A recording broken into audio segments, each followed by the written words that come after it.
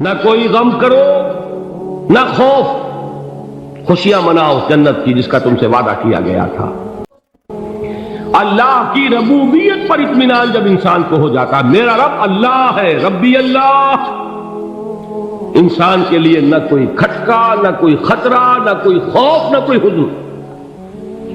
جو کچھ ہو رہا ہے کس کے اذن سے ہو رہا ہے؟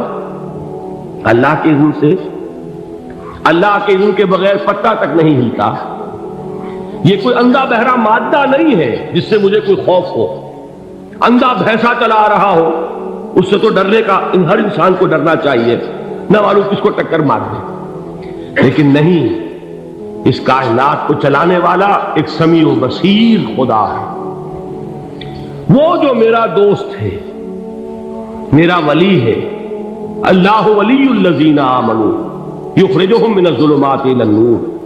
اللہ اہل ایمان کا ولی ہے، ساتھی ہے، پشت پناہ ہے، مددگار ہے، حمایتی ہے۔ بتائیے جسے یقین ہو جائے کہ اللہ میرا مددگار، اللہ میرا محافظ، اللہ میرا پشت پناہ، اللہ میرا حمایتی، اس کے لیے کوئی خوف ہوگا؟ اس سے کوئی ڈر ہوگا؟ میں مثال دیا کرتا ہوں ایک بہت سادہ، پنجاب کے دیہات کی۔ تو بڑا چودھری ہے اور کوئی غریب کسان ہے۔ اس غریب کسان کے جانوروں کو ہر وقت اندیشہ ہوگا چوری کا، کوئی میری بھینس کھول کر نہ لے جائے، کوئی میرا بیل کھول کر نہ لے جائے۔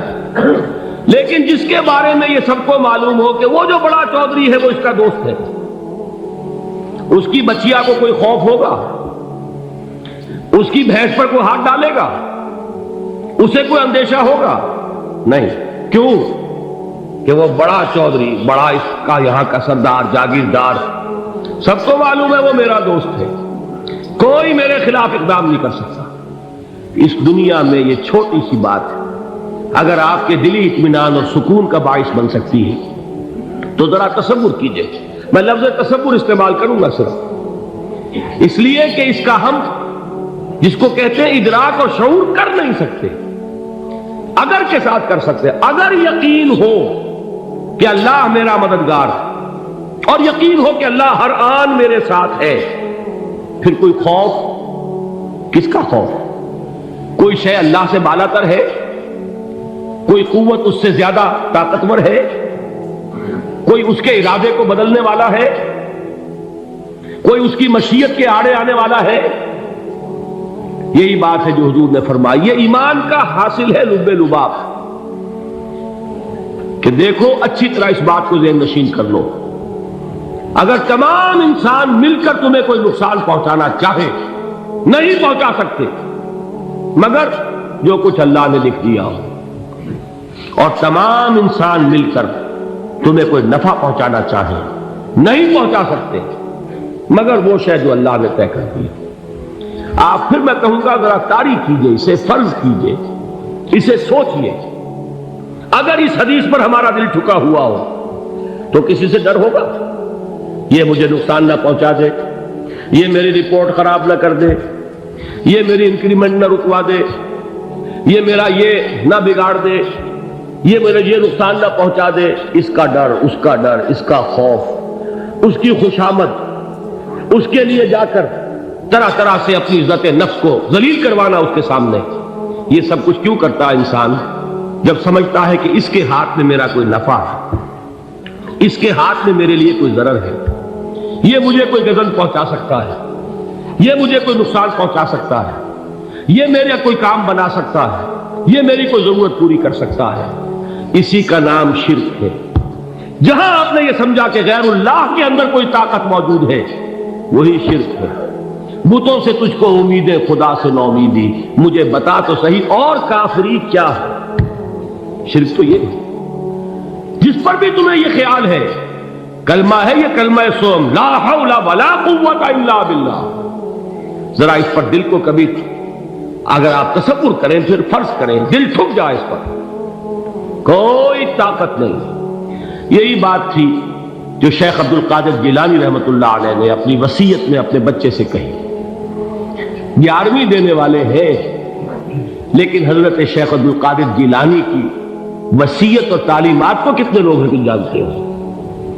یہ جن مقامات تک پہنچے ہیں وہ کس چیز کی بدولت پہنچے؟ انہوں نے جو پیغام دیا وہ کیا تھا؟ اے میرے بچے، جس طریقے سے قرآن مجید میں حضرت لقمان کی نصیحتیں جو ہے نقل کر دی گئی ہیں، میں یہ عرض کروں گا بالفرض اگر قرآن حضرت عبد القادر جیلانی کے بعد نازل ہوا ہوتا تو شیخ عبد القادر کی یہ نصیحتیں بھی قرآن میں درج ہوتی۔ اتنی اونچی نصیحتیں ہیں۔ اے میرے بچے، اس حقیقت کو ذہن نشین کر لے، لا فاعل فی الحقیقت ولا مؤثر الا اللہ۔ اس کائنات میں نہ کوئی فاعل حقیقی ہے نہ مؤثر حقیقی ہے سوائے اللہ۔ کسی شے میں کوئی تاثیر نہیں اگر اللہ نہ چاہے۔ آگ جلا نہیں سکتی اگر اللہ نہ چاہے، پانی ڈبو نہیں سکتا اگر اللہ نہ چاہے، زہر ہلاک نہیں کر سکتا اگر اللہ نہ چاہے، کوئی چیز فائدہ نہیں پہنچا سکتی اگر اللہ نہ چاہے۔ تو در در پہ کیوں سر جھکاتے ہو؟ در در پر کیوں جبیں سائی کرتے ہو؟ سب کے سامنے کیوں ہاتھ پھیلاتے ہو؟ ایک اللہ سے مانگو، ایک اللہ کے سامنے زمین پر اپنی جبین رکھو۔ لا فاعل فی الحقیقت ولا مؤثر الا اللہ۔ نظر آتا ہے ہمیں کہ پانی پیاس بجھا دیتا ہے، پیاس بجھانے کی صلاحیت پانی میں نہیں ہے، اللہ کے اذن سے۔ کھانا بھوک مٹا دیتا ہے، بھوک مٹانے کی صلاحیت کھانے میں نہیں ہے، اذن رب میں۔ دیکھیے یہی یقین تھا حضرت موسیٰ علیہ السلام کا واقعہ یاد کیجئے۔ سامنے سمندر آ گیا ہے، قوم دیکھتی ہے پیچھے کہ گرد و غبار کا طوفان۔ معلوم ہوا کہ فرعون اپنے لشکر سمیت آ گیا۔ لشکر جب چلتا تھا تیز رفتاری کے ساتھ تو گرد و غبار کا جو طوفان اٹھتا تھا اس کا تصور کیجیے، اور لمحہ بلمحہ وہ قریب آ رہا ہے۔ پوری قوم نے کیا کہا ہے؟ اے موسیٰ انا لمدرکون، اے موسیٰ ہم کو پکڑے گئے۔ قرآن مجید میں تو یہاں وہ باتیں نہیں لکھی ہیں، لیکن تورات میں یہ درج ہے کہ بنی اسرائیل جھگڑنے لگے، دست و گریبان ہو گئے موسیٰ کے ساتھ۔ موسیٰ نے یہ مروایا لا کر، اس سے تو ہم ہی بہتر تھے، وہاں کھانے کو ملتا تھا، زندگی تو تھی، بیگار ہم کر رہے تھے، موت تو نہیں تھی۔ اب جو کچھ ہوگا اس کا تصور کرو، جس طریقے سے ہمارے ٹکڑے اڑائے جائیں گے۔ تو لڑ رہے ہیں حضرت موسیٰ علیہ السلام سے، یہ تورات کی تفصیل ہے۔ قرآن میں صرف اتنا آیا ہے، پریشان ہو کر انہوں نے کہا انا لمدرکون، موسیٰ ہم کو پکڑے گئے۔ اس وقت موسیٰ کا جواب کیا ہے؟ کلا ان معی ربی سیہدین، نہیں، میرے ساتھ میرا رب ہے، وہ راستہ دے گا۔ بتائیے کہاں راستہ نظر آ رہا ہے؟ یہ ہے ایمان بالغیب۔ راستہ نظر نہ آئے تب اللہ پر یقین ایمان ہے۔ جیب میں پیسے ہو اور تب دل کو اطمینان ہے تو ایمان کس پر ہوا؟ پیسے پر، اللہ پر نہیں۔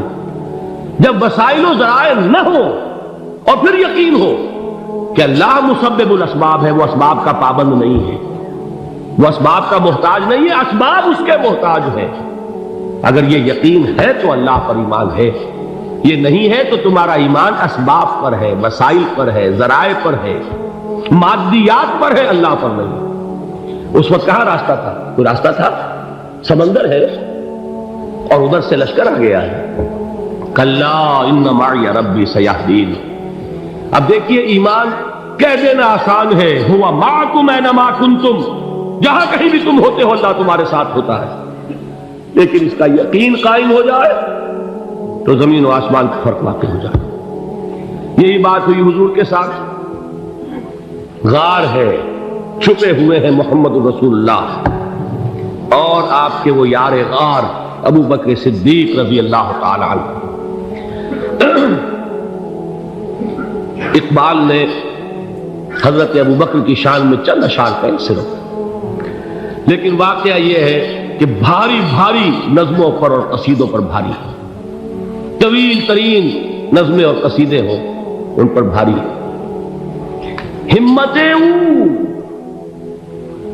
ابو بکر کی ہمت جو ہے، کشت ملت را جو اب، جیسے بارش سے کھیتی اپجتی ہے، ابو بکر کی ہمت اور عزیمت اس امت کو اسی طرح سینچنے والی ہے۔ ثانیے اسلام و غار و بدر و قبر،